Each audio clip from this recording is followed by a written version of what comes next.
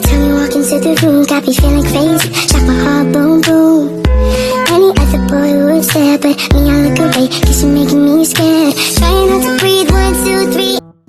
Assalamualaikum warahmatullahi wabarakatuh. Halo semuanya, perkenalkan nama saya Elsa Puspita dengan NIM 06071382429086 dari Program Studi Bimbingan dan Konseling kelas Palembang Universitas Sriwijaya. Adapun tujuan saya membuat video ini adalah untuk memenuhi tugas dari dosen pengampu mata kuliah Bahasa Indonesia, Bapak Ridho Andi Sucipto MPD. Dan topik yang akan saya bahas di video ini yaitu mengenai kedudukan bahasa Indonesia. Baiklah, langsung saja kita kepada topik pembahasan mengenai kedudukan bahasa Indonesia sebagai bahasa negara dan bahasa nasional. Bahasa Indonesia ini memiliki dua kedudukan yang sangat penting, yaitu sebagai bahasa negara dan sebagai bahasa nasional. Baik, yang pertama mungkin saya akan menjelaskan terlebih dahulu mengenai kedudukan bahasa Indonesia sebagai bahasa negara.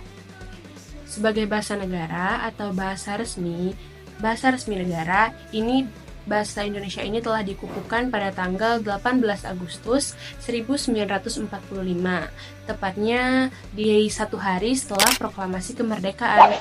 Kedudukannya ini telah dikukuhkan di dalam Undang-Undang Dasar 1945, tepatnya pada pasal ke-36 yang berbunyi, bahasa negara ialah bahasa Indonesia. Ini berarti bahwa bahasa Indonesia ini adalah bahasa yang resmi. Oleh karena itu, bahasa Indonesia ini harus digunakan sesuai dengan aturan, kaidah, cermat, tertib, dan masuk akal. Kemudian yang kedua, ini adalah bahasa Indonesia sebagai bahasa nasional.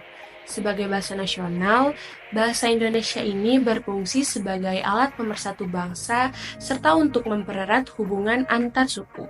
Bahasa nasional atau bahasa pemersatu ini telah dikukuhkan pada tanggal 28 Oktober 1928, tepatnya di hari terbentuknya 3 Ikrar oleh para Kongres Pemuda atau yang biasa kita kenal dengan istilah Sumpah Pemuda.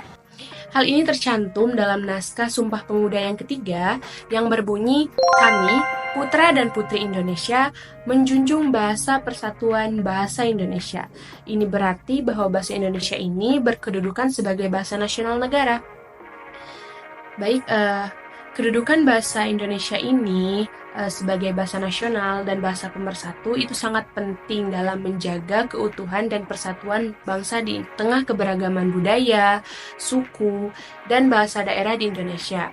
Sebagai bahasa negara, bahasa Indonesia ini menjadi identitas dan simbol jati diri sebuah bangsa, serta digunakan di dalam berbagai aspek kehidupan termasuk pemerintahan maupun pendidikan.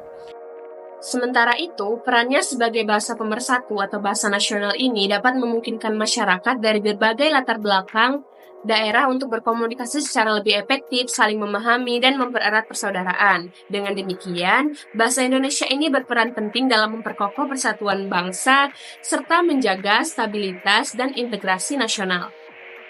Oleh karena itu, kita sebagai generasi penerus bangsa, kita harus terus berupaya untuk mempelajari dan menggunakan bahasa Indonesia dengan baik dan dengan benar. Dengan demikian, kita dapat turut serta dalam menjaga eksistensi bahasa Indonesia sebagai bahasa nasional dan bahasa negara, serta berkontribusi dalam membangun bangsa Indonesia menjadi lebih maju dan berdaulat.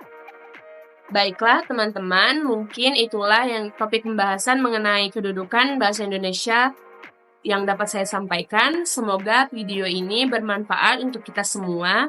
Jika ada salah kata, saya mohon maaf. Saya ucapkan terima kasih. Wassalamualaikum warahmatullahi wabarakatuh.